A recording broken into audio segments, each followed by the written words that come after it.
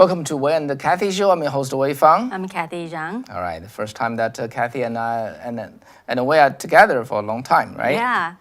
So today we're going to talk to you about quite a few news. One is Attorney General Merrick Garland, for the first time, responded to the unprecedented raid on Mar-a-Lago, and Professor Victor Davis Hanson weighs in on why FBI did this raid and his concerns on this agency. And Twitter announced its policy on midterm election. Wonder you may want to know, what's the policy, right? Yeah, and finally, if Hollis, if you're here, it will be the last will be the FBI joke. Believe it or not, I have that for you. Okay, and Wei has something to share with you on the midterm election. Yeah. All right, so let's quickly cover the issue we're talking about today. 4 days. 4 days after the raid on the Mar-a-Lago, DOJ Attorney General Garland came out today, and he basically said, I approved it, okay? But pretty much nothing more than that, okay? So people are still asking, the key question now still, why so intrusive? We're talking about a 6:30 in the morning raid, and with the police car, not just FBI, okay? Police car, dozens of police car, and with the siren the flashing all the time, and then 30 FBI agents just went into the Mar-a-Lago and searched room after room, including Trump's bedroom and his office and the storage room and so on and so forth. Okay, such an unprecedented move and such a bold move against a former president of the United States. What is the reason? People have even more bigger question after hearing Garland's explanation today. Mm-hmm. So we'll cover that. Yeah. And there was no Trump's lawyer were permitted on site while they are going through the whole house, right? Yeah. So let's just wrap that. Just rewind a little bit. Okay. Basically the Presidential Record Act, which it seems to be so, why the FBI went in the Mar-a-Lago to search for the classified, document that belong to that is the public property of the United States. And then this actually before 1978, okay, president, their own property, whatever their document is their own property, okay, for 222 years. For the 44 president who left the White House, chances are they're going to do some move, right? They move their stuff, box them, and then move them out. So never has been, in history, has been that any president was held, liable or responsible for moving classified information. In the very beginning, it's even, just no chance to do so because everything that in the White House, the president moved along with him would be personal property. But after President Richard Nixon's attempt to destroy record related to his presidency after his resignation in 1974, the Congress passed this Presidential Record Act in 1978. Since then, okay, whatever president, the presidential record was considered not as private property, but public property, okay? So what happens in the spring, we don't know which date, okay? And Trump received a subpoena for the requested document, and which Trump complied with. And on the June 3rd, FBI agent visited Mar-a-Lago to retrieve the requested document that's stated in the subpoena, and the Trump's people received them. The officials of FBI asked to see a storage facility where the record was located. They were shown, okay? The investigators toured the area of the Mar-a-Lago, and they briefly viewed and took custody of a small amount of potentially sensitive material. The FBI then asked the staff to put a lock on the storage room, which they later did. And a few days later, a separate subpoena was sent to Mar-a-Lago seeking information about surveillance cameras to determine who may have access to the storage room, which the staff did too. Since then, for about 1 to 2 months, there's no news from the FBI, even though the two parties, the Mar-a-Lago and the FBI, has very, just working together in quite a cooperative way. There was no incident. And so basically then at 6:30 of the Monday, August 8th, the FBI suddenly show up with the police cars, and in the early morning, you know the scene, and then as they searched the rooms, okay, they would not let the attorneys come to watch the raid. They told the attorneys to stay away. They closed the door. So as a matter of fact, they don't know what happened. So two attorneys, one is Christina Bobb, another is Lindsay Halligan, and they complained that they don't let them see what's the reason. And finally, they managed to see a copy of the warrant, but the warrant was very thin, okay, because the probable cause was not shown to them. It's a warrant that was sealed by the court. So actually, they couldn't know what indeed was the real reason.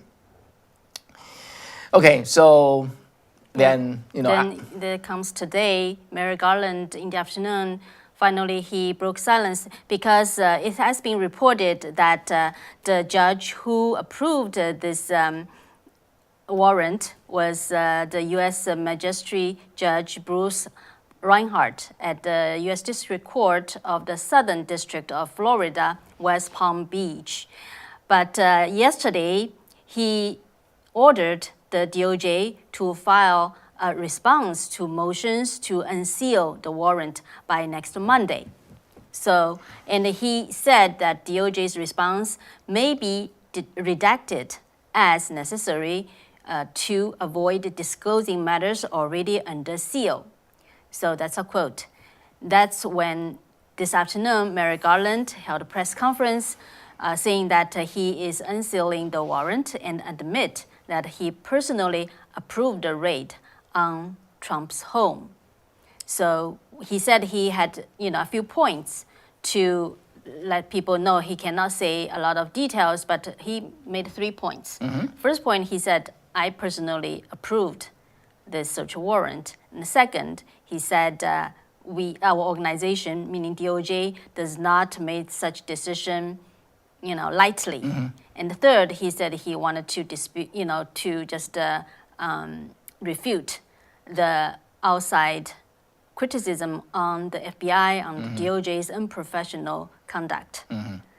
So basically, he said we consider alternative to such intrusive, method, but they still chose so. So that raised more question than he answered. But basically, what is your reason?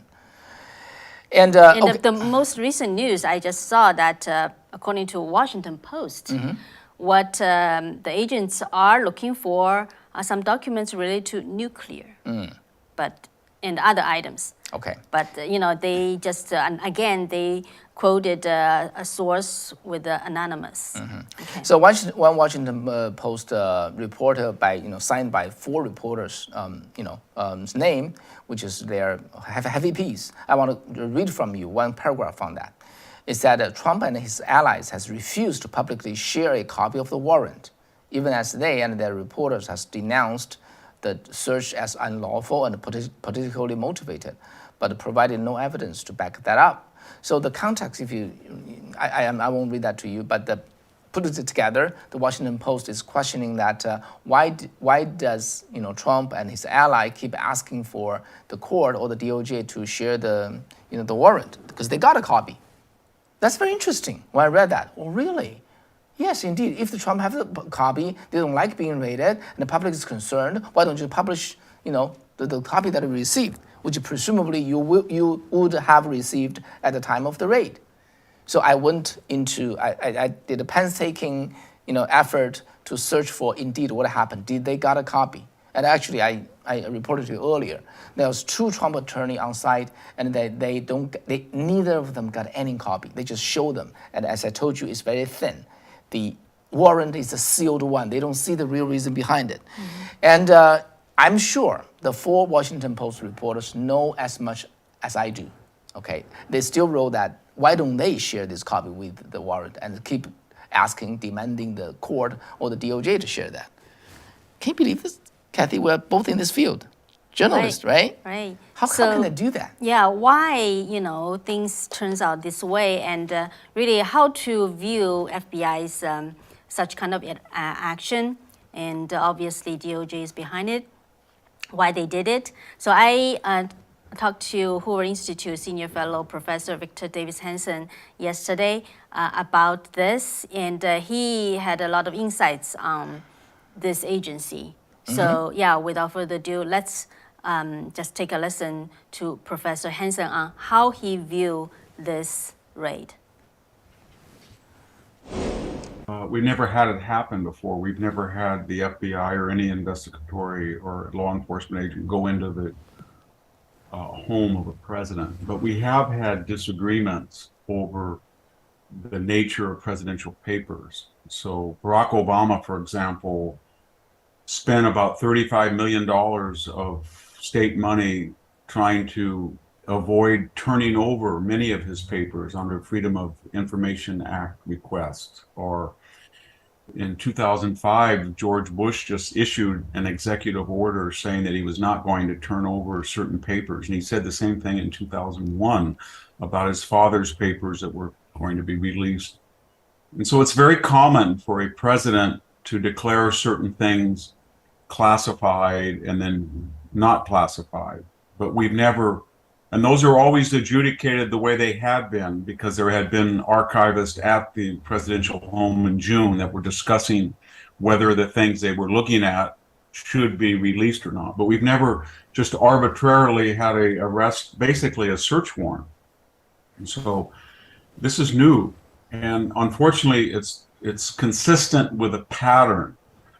And the pattern is twofold. On the one hand, it's asymmetrical.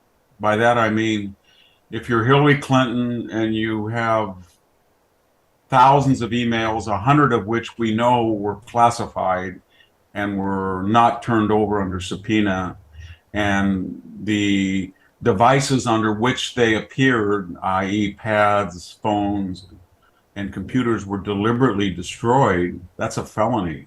And yet no one did anything. Or if you have a subpoena asking for someone to appear before a congressional committee, an official like Eric Holder, he just simply said in 2017, I'm not going to go. And he didn't turn over documents, and yet nothing happened to him. In the case of Peter Navarro or other people, they put him in chains, Peter Navarro. So there's an asymmetry, and that's scary. And it's from the left. The left has now taken control of the FBI. And then the other danger is the FBI and the DOJ, but mostly the FBI, are acting as sort of rogue Stasi-like investigatory police that are in service to a particular ideology. So the FBI goes after Ashley Biden's diary. She left it in an apartment. It had lurid accounts of taking showers with her father, President of the United States. It ended up in various hands. Somebody reportedly gave it to James O'Keefe. The FBI shows up on his doorstep, marches him out in the middle of the morning, pre-dawn hours, in his underwear. Or Roger Stone is supposedly guilty of this, or they want to talk to him, and Trump out. They show up with a SWAT team to arrest a 67-year-old, and with CNN accompanying the FBI. And so I could go on, but there's a sense that it is acting, and this a rogue investigatory, it alters federal warrants. We had Kevin Kleinsmith, an FBI lawyer, plead guilty to altering a FISA document. We knew that his overseers, James Comey and Andrew McCabe, allowed that to go on. They approved that warrant. I don't know whether they knew it was forged or not, but they did do that. We know that they put informants. We had a Pulitzer Prize winning New York Times reporter say that there were, he said, numerous FBI informants on January 6th. He told us that. We know that FBI informants were involved in planning the kidnapping of the Michigan governor to blame on supposedly far-right actors. We know that the FBI hired Christopher Steele, a known liar, and who gave them, they hired Christopher Steele at the same time he was being hired by Hillary Clinton's campaign through the paywalls of Perkins Coie, Fusion GPS, and the DNC. And he was collecting dirt. Much of it was filtered by the Russian government, apparently. And it was completely a lie. The FBI then used that dossier to get warrants to go check on individual American citizens like Carter Page. And so when you hear about all this, it's just unthinkable. And then you look to the directors of the FBI for answers. So we just had Christopher Wray. He didn't answer any question. He wouldn't even say that the Russian collusion hoax was a hoax. And then he cut short his testimony. He was asked about Hunter Biden's laptop. Why did they suppress all information about that laptop and leak that it was Russian disinformation when they knew it was not on the eve of the election? Just in the manner that they knew Hillary Clinton's emails violated federal law, and yet they did not charge her with anything on the eve of an election. And so when he was asked these things, he just said, I'm not going to talk about it. And then he said, I got to go. I have an appointment. And he took his government luxury jet and flew to his cabin in the Adirondacks. His predecessor was Andrew McCabe. He lied 4 times under oath. Admittedly, he admitted that to federal investigators. He signed off on the warrant that was forged by Kevin Kleinsmith. We know that his wife was running for an office in Virginia and a recipient of Clinton-related campaign funds while he was the chief investigator of Hillary Clinton's email. He took over. He was fired. He took over from fired James Comey. I don't need to get into him, but on 245 occasions, he either lied or said he didn't remember or he didn't know when he was asked things we knew that he knew about the Russian collusion hoax. Then he admitted that he went and talked to the president in a private confidential conversation. He went out, sat in his car, and used an FBI device to memorialize that. That was confidential, if not classified. And then he released it to the New York Times via a third party. He was fired. And then we're going back now we're back 20 years ago, Robert Mueller, who was the FBI director. We know that he ran the Mueller investigation. And we know that his own FBI lawyers, Lisa Page and Peter Strzok, were conducting an illicit affair and were not disinterested, but prejudiced according to their own text. And he fired them, but he hid their firing, so he didn't announce it. And he staggered them so nobody would know there was a connection. And then under subpoena, their phone records were subpoenaed and they were mysteriously wiped clean. And then we know that what caused that investigation to appear and made his appointment was a Steele dossier and Fusion GPS's effort to disseminate that fraudulent dossier. Robert Mueller was asked that under oath. What do you know about the Steele dossier? What do you know about Fusion? Glenn Simpson, he said, I don't know any. So here you have the FBI former director who is running an investigation based on a dossier and a private company that is probably illegally disseminated, and he denies he knows either one.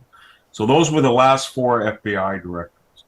So it seems to me that it's a very dangerous organization now, and it needs to be broken up. So if it's going to investigate foreign terrorism or domestic terrorism, or it's going to investigate counterfeiting, or it's going to investigate civil disobedience or fraud or tax problems, all of those agencies and those agents can be farmed out to the IRS, Homeland Security, DOD, but it cannot any longer remain in Washington with all of that power because it's become a rogue Stasi-like organization.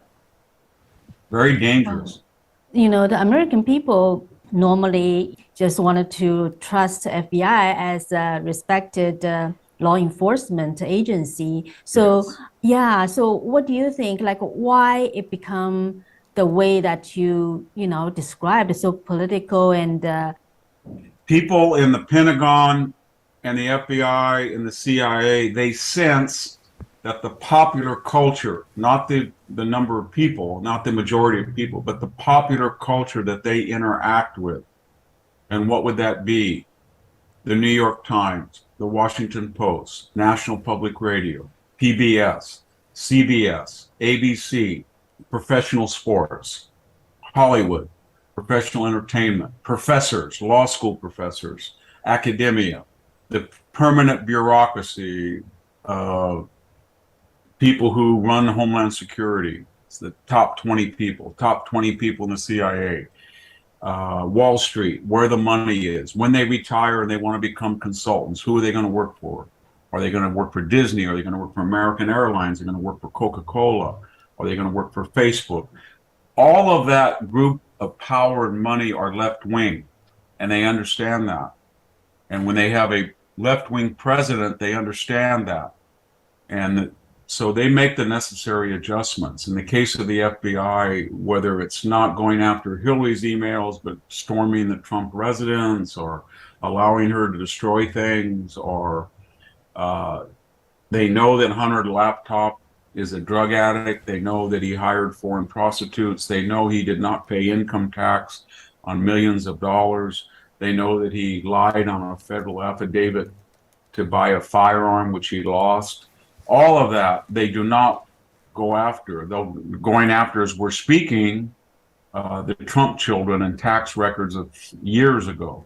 So they understand that by doing this, they're going to be praised on television. If Andrew McCabe or James Comey is fired, they're going to get 250,000 plus to go on MSNBC or CNN as an analyst. If they want to have a book, they know that Simon and Schuster or Doubleday will pay them $1 million.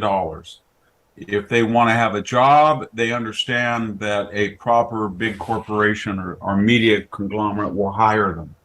And that is what's happened. And then they politicize and warp their agency, and they get rid of people at the top who are conservative or disinterested or neutral. And you start seeing the McCabe's and the Christopher Wrays and all of the people make the necessary adjustments. Very similar to what happens in China or what happened in Eastern Europe or what happened in the Soviet Union or Venezuela. Once these institutions are politicized, then average people, they make the necessary adjustments for their own survival, and they start to party the line, and they come up with all sorts of ideas to further that agenda.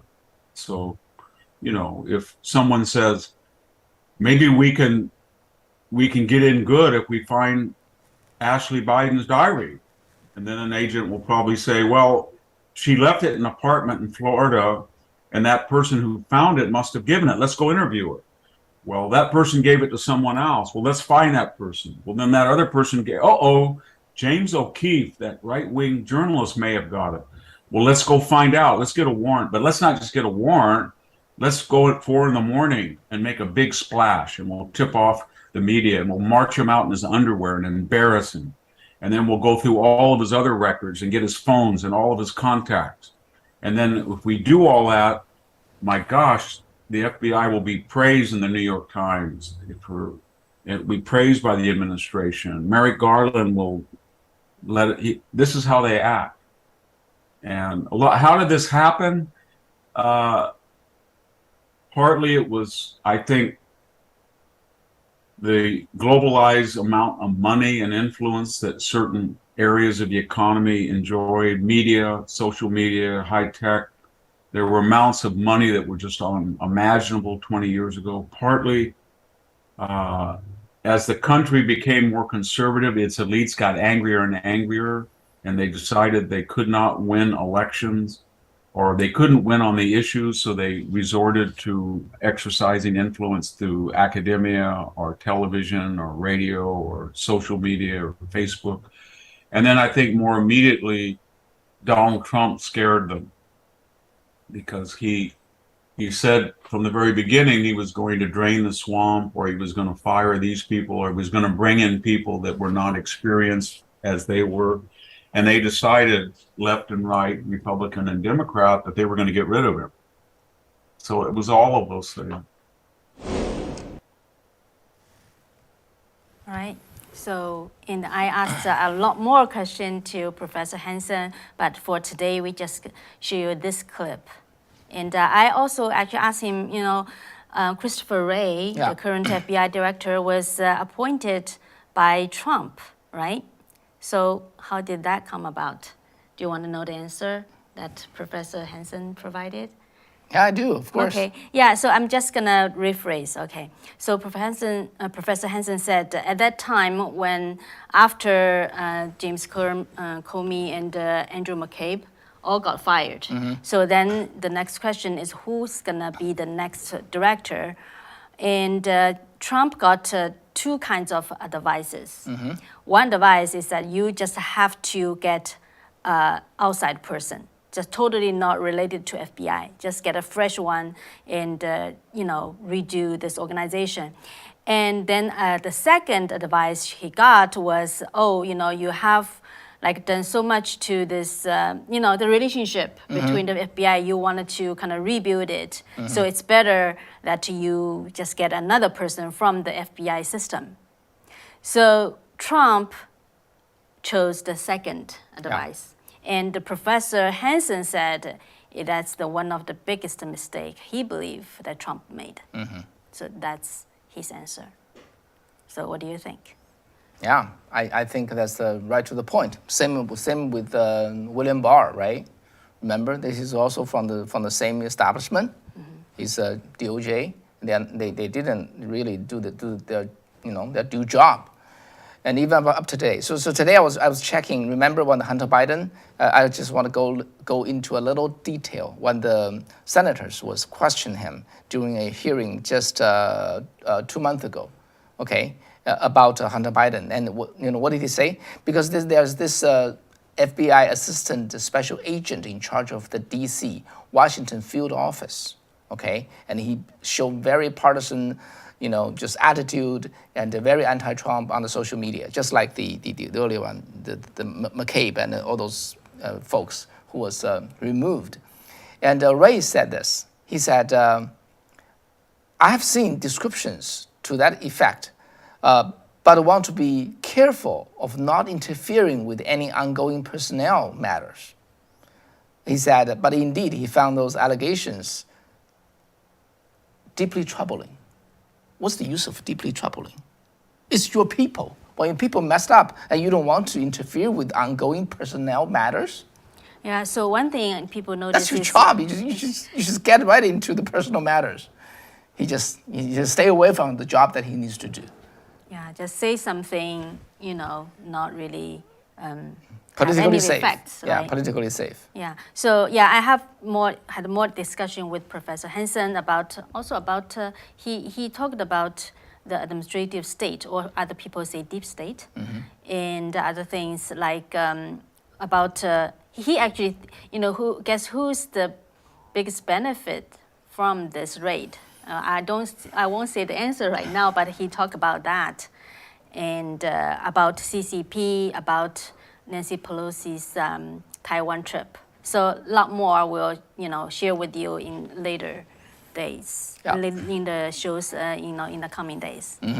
Okay. Okay. So next, you wanted to share some of the updates about the election. Yes, on the Tuesday there was this primary. I'm sure most of you have already see the result of that. But if you hear me out, maybe I have some additional point for you to take away. And then this is a 3-state primary on Tuesday, and there's 5 major battles that involve Trump's endorsement of them all, and then Trump's endorsed people won 4 of them. So 4 versus 1. The most highlight is the primary of the GOP government in the state of Wisconsin. And the Trump supported businessman, his name is Tim Michel's, okay? And Tim Michel's opponent is Rebecca Cliffage. And interesting enough, while Trump endorsed Michel's and former Vice President Mike Pence, endorsed Rebecca Cliffage. So it's like between these 2 big guys, and then they endorsed different people. This is the second time. The last time was in Arizona.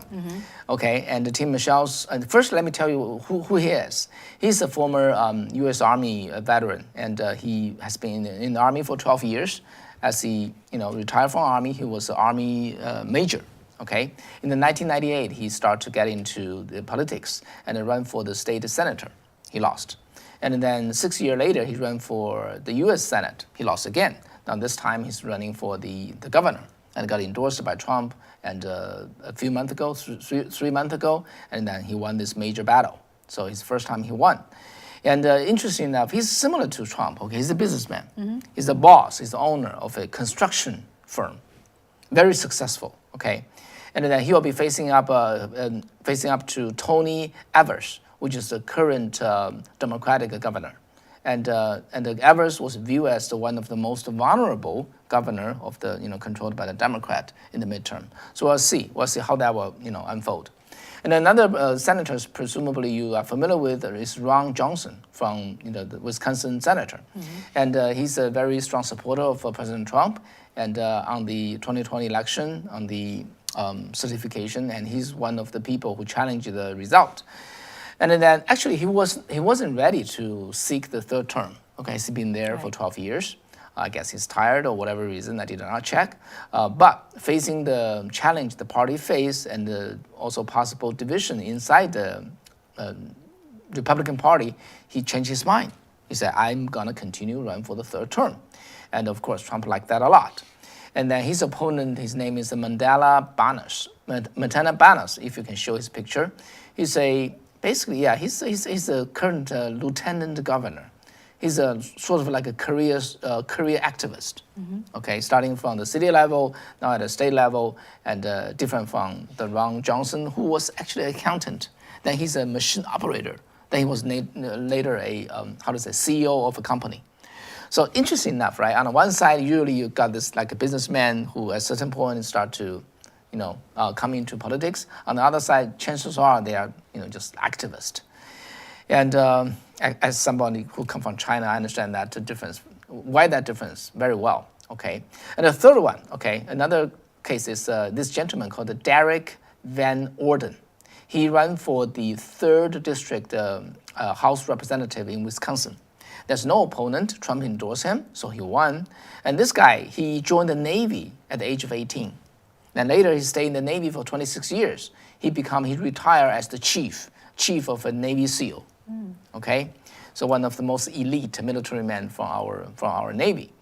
And interesting enough, he is the 6th. Hear me out. He's the 6th candidate who won the House of Representatives who were on the Capitol Hill on January 6th.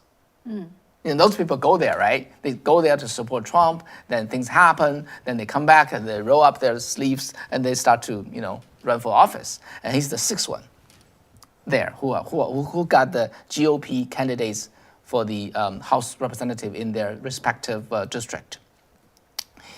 And, okay, that's that. And the last one I want to talk to you about is very interesting. Okay, is this lady, Jamie Harara Butner. And she was one of the 10 House representatives who are from the Republican and just vote for the impeachment of President Trump. As you know, out of this 10 people, okay, 6 decided not to run. 3 of them lost, okay, and then that's 7, right? And then 2 of them survived. The only one left is Liz Cheney, who will be facing her primary in the next Tuesday. On next Tuesday. Yeah. Okay, and I saw some reports saying that there are a lot of out-of-state money, coming in for her. Yeah, I don't know whether you took note. Okay, in the state of Georgia, in the state of Arizona, and in the state of now in the Wyoming, and the Democrats coming over to vote for a candidate for Republican, which is not supposed to happen. It's not illegal, but it's immoral. But it's happening all across the board. And a Democrat is immoral for whom? Democrats are very innovative now, quote unquote, innovative in winning politically. So now there's enough money, a lot of money from the Democrat side, and possibly votes from the Democrat side to try to support Liz Cheney as the GOP candidate. Can you believe that? So we'll see. This time tomorrow, and next week or next Tuesday, we're gonna know what happened. So if Liz Cheney lost her job, then it's 8 out of 10. Okay. Impeach her, they lost their job. It's like a career-ending type of choice for them. So what do you think? Leave your comment there. And as the midterm election going on, and then the November election approaching, Twitter today announced its policy on the 2022 midterm elections. Are you surprised? Let's show. What is it? Yeah, well, let's show what they tweeted today. It's saying that ahead of the U.S. midterm elections, Twitter, we are sharing steps we are taking to protect election conversations and to help ensure people feel confident about what they see on Twitter.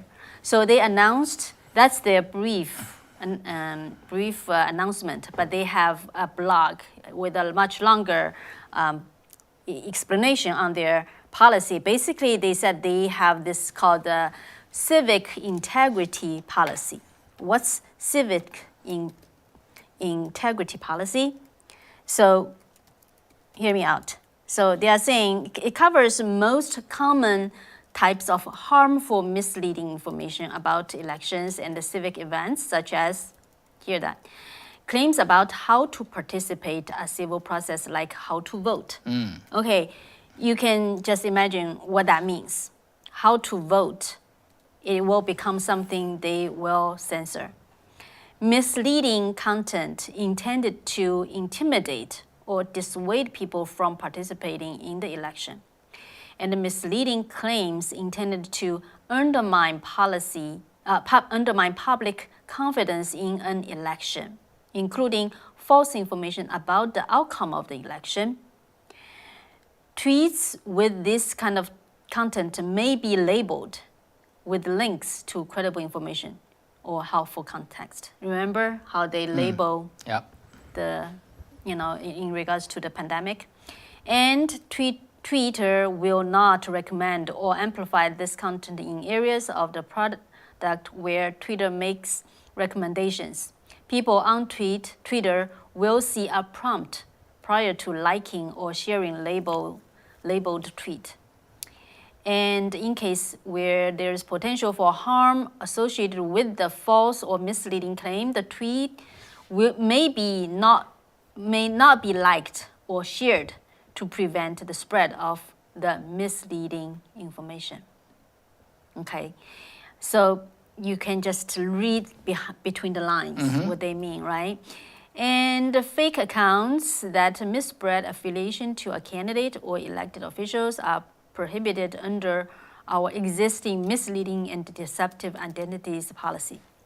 So, blah, blah, blah. So they have more. If you are interested, you can just look into their more detailed policies. So in this, with that said, I think we wanted to just again remind our audience friends here, remember to get onto Ganjin World, the new platform. With this election approaching, and you can imagine this type of policy, they are enacting, how the information will be restricted, even some of the topics will be restricted. So, So making sure that you took note and bookmark this, open this website. Okay, it's a new website. It's a very powerful platform. As we shared with you Safe Chat before, but let me just share with you honestly, this one will be much more powerful than Safe Chat. So making sure you get, register that. Just, save the link. And it's called Ganjin World, okay? It's a Chinese. Explain. Explains means clean world, clean. Ganjin means clean in the spelling of Chinese. It's called Clean World. It's a Silicon Valley founded company and dedicated to freedom of information. So making sure you stay there, and it's a platform that does not censor. So we will be meeting with you, much more often over there. Okay, making sure you just save that. And indeed. And the other thing I think I saw, for example, I think it's Barbara saying, it's so great to see your show again. So we probably have more returning audience. It's so great to see you again. But just in case, to keep us connected, send us your email so we can keep you in the email list. In case anything happen, we can just keep contact and keep sending you. We normally won't send you much things. We will not abuse this email list, but in case, just in case, so that we can keep connected. Send us your email to sohnews@soundofhope.org. Okay. So let me type up there. Yeah. And Cathy, why don't you type up there? Yeah. In the meantime, let me Hollis, are you there? Let's just end today's show with a joke. Okay, the joke is about FBI. All right. So be warned. Okay, when you hear this joke, you will find them very arresting. Ha ha ha ha. Anyway, okay. So be prepared, Tony, for the laughters. One of the best marksmen in the FBI was passing through a small town. Everywhere, he saw evidences of a most amazing shooting, on trees, on the walls, on fences. There were numerous bull's eyes, with the bullet hole right in the dead center. He was so amazed. He was asking one of the townsmen, can I meet the person, who is responsible for this wonderful marksmanship? I just couldn't. I couldn't do, something even close to his result. Well, the man turned out to be the village idiot. Okay? And but the FBI still very adore him. He said, this is the best marksman that I ever seen. How in the world do you do that? The idiot said, nothing to it. I shoot first and then draw the circles afterwards.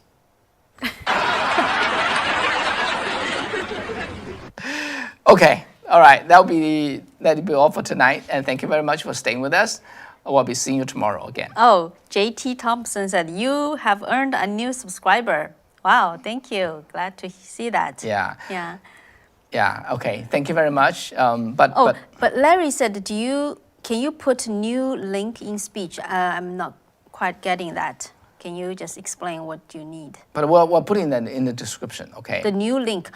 Oh, you mean the Ganjin World? Yeah. New link in the speech. Okay. Anyway, we'll be leaving that in the description. Make sure you save them, okay? Because let me just, Yeah, it's a good suggestion. Yeah, if you mean that, yeah, we should just put the link in every show's description. Yeah. Yeah. It's a very powerful platform, and it will be a true freedom of information thing. It's for everybody, okay? All kinds of people are there, and enough content now already. All right, thank you. It's much needed. I think a lot of people will agree that. Judy said, good to see you on YouTube again. It's been a while. Yeah, it's great to see you again, Judy. And Hope Heals the International Ministry, watching from Philippines. Wow. Hi. Good to have you with us. Okay. Yeah. We remember that people all over the world were watching us 2 years ago, and then later it all dropped. Okay. You know the reason. I will not explain here because it will be. You will hurt this channel. Can't believe this. This is America. Gosh.